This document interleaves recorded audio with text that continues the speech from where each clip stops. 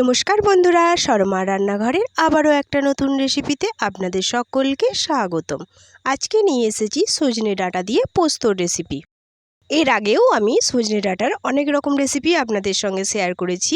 আজকে নিয়ে এসেছি একদম কচি সজনে ডাঁটা দিয়ে পোস্তর রেসিপি। সজনে ডাঁটার এই পোস্ত খেতে কিন্তু অসম্ভব সুন্দর লাগে। তাহলে চলুন শুরু করে ফেলি আমাদের আজকের রেসিপি। প্রথমে দেখে নেব উপকরণ।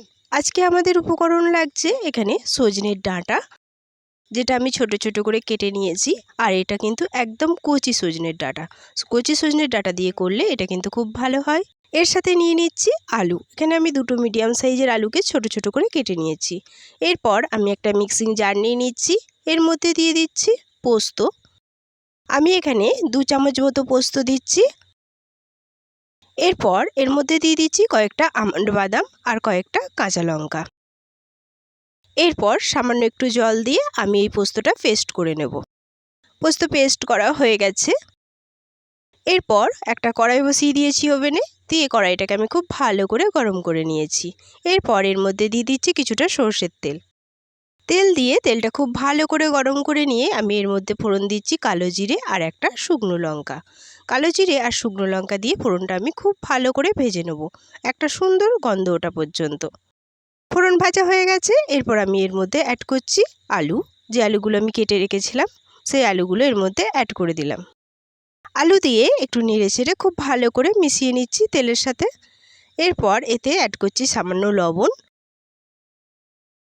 আর দিয়ে দেব সামান্য হলুদের গুঁড়ো। লবণ আর হলুদ গুঁড়ো দিয়ে আমি এই আলুটাকে লাল লাল করে ভেজে নেব। আমি এখানে পোস্ততে সামান্য হলুদ ইউজ করছি। আপনারা যারা পোস্ততে হলুদ খেতে পছন্দ করেন না তারা এখানে হলুদটা স্কিপ করতে পারেন। মিডিয়াম আঁচে আমি এই আলুগুলোকে খুব ভালো করে ভেজে নেব। আমি এখানে পোস্তটা পেস্ট করেছি কিছু কাঠবাদাম দিয়ে। আপনারা চাইলে এখানে চালমগজ বা কাজু যে কোনো কিছু অ্যাড করতে পারেন। তাছাড়াও আপনারা যদি চান শুধু পোস্ত দিয়েও করতে পারেন, তাতেও কিন্তু এই রেসিপিটা খুব সুন্দর হয়। দেখুন এখানে আলু ভাজা হয়ে গেছে। এরপর আমি এর মধ্যে ডাঁটাগুলো দিয়ে দিচ্ছি। ডাঁটা দিয়ে এটা আমি 1 থেকে 2 মিনিট একটু হালকা ভেজে নেব।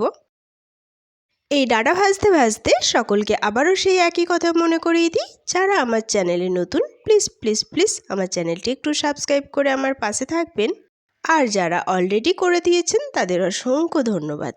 দেখুন এখানে আমার ডাঁটাটা খুব ভালো করে ভাজা হয়ে গেছে। এরপর এখানে আমি দিয়ে দিচ্ছি 3টে চেরা কাঁচা লঙ্কা।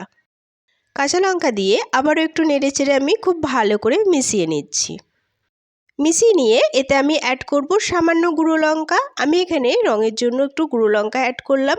আপনারা যদি চান তাহলে শুধু কাঁচা লঙ্কা দিয়েও এই রেসিপিটি করতে পারেন। লঙ্কা দিয়ে আবারও একটু নেড়ে চেড়ে আমি মিশিয়ে নিচ্ছি।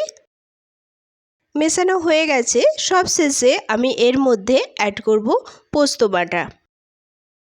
পোস্ত বাটা দিয়ে আমি এটা আর বেশিক্ষণ কষাবো না, শুধু একটু নেড়ে চেড়ে মিশিয়ে নেব।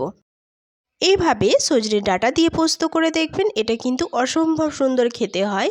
আর যে কোনো নিরামিষ দিনে আপনারা এটা খুব সহজেই বানিয়ে নিতে পারেন। তবে এই সজনে ডাঁটার পোস্তটা একেবারে কচি ডাঁটা দিয়ে করলে খুব ভালো লাগে। আপনারা যদি চান তাহলে একটু পাকা ডাঁটাতেও করতে পারেন, অসুবিধা নেই। দেখুন পোস্ত দিয়ে আমি একটু নেড়ে চেড়ে মিশিয়ে নিয়ে এতে জল দিয়ে দিচ্ছি। এটাকে আমি আর বেশিক্ষণ কষাচ্ছি না। মিক্সিং জারটা ধুয়েও আমি অল্প একটু জল দিয়ে দিলাম। জলটা আপনারা আপনাদের মতো দেবেন, যেরকম ঝোল রাখতে চাইবেন সেই অনুযায়ী। জল দিয়ে এটাকে ভালো করে নেড়েচেড়ে মিশিয়ে নিচ্ছি। এরপর একটা ঢাকা দিয়ে এটা আমি মিডিয়াম আঁচে 10 মিনিট রান্না করে নেব। ফিরে আসছি 10 মিনিট পর। দেখুন ঢাকাটা খুলে দিচ্ছি। আমাদের পোস্ত অনেকটাই রেডি হয়ে গেছে। ঝোলটা একেবারে টেনে নিয়েছে আর কালারটা খুব সুন্দর এসেছে। আর দেখেই বোঝা যাচ্ছে এটা কিন্তু খুব ভালোভাবে সিদ্ধও হয়ে গেছে। এরপর এটাকে আমি নেড়েচেড়ে ভালো করে একটু মিশিয়ে নিচ্ছি। মেশানো হয়ে গেলে এর ওপর দিয়ে দিচ্ছি সামান্য 2 চামচ মতো কাঁচা সর্ষের তেল। যে কোনো পোস্তর রেসিপিতে এই কাঁচা সর্ষের তেলটা কিন্তু অসম্ভব সুন্দর খেতে লাগে। আর সবশেষে দিয়ে দিলাম সামান্য একটু চিনি। আপনারা যারা মিষ্টি খেতে চান না তারা চিনিটা অ্যাভয়েড করতে পারেন। চিনি দিয়ে আবারও একটু নেড়েচেড়ে আমি মিশিয়ে নিচ্ছি। দেখুন এইভাবে মাখো মাখো করে আমি এই পোস্তটা রান্না করে নিয়েছি। পোস্ত রেডি হয়ে গেছে। এবার এটাকে আমি নামিয়ে নিচ্ছি। এরপর পরিবেশনের পালা। তার জন্য আমি একটা প্লেট নিয়ে নিয়েছি। এই প্লেটের মধ্যে আমি এই সজনে ডাঁটার পোস্তটা পরিবেশন করে নিচ্ছি। দেখুন এটা কতটা সুন্দর হয়েছে, একেবারে মাখো মাখো, আর এটা খেতেও কিন্তু অসম্ভব সুন্দর। এই একটি মাত্র পদ থাকলে কিন্তু এক থালা ভাত নিমেষেই খাওয়া যাবে। দেখুন পরিবেশন করা হয়ে গেছে।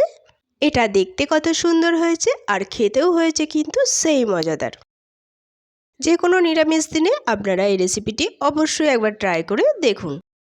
আর আমার রেসিপিটি কেমন লাগলো তা অবশ্যই কমেন্টে জানাতে যেন ভুলবেন না। আজ এই পর্যন্তই, দেখা হবে আবারও একটা নতুন রেসিপি নিয়ে।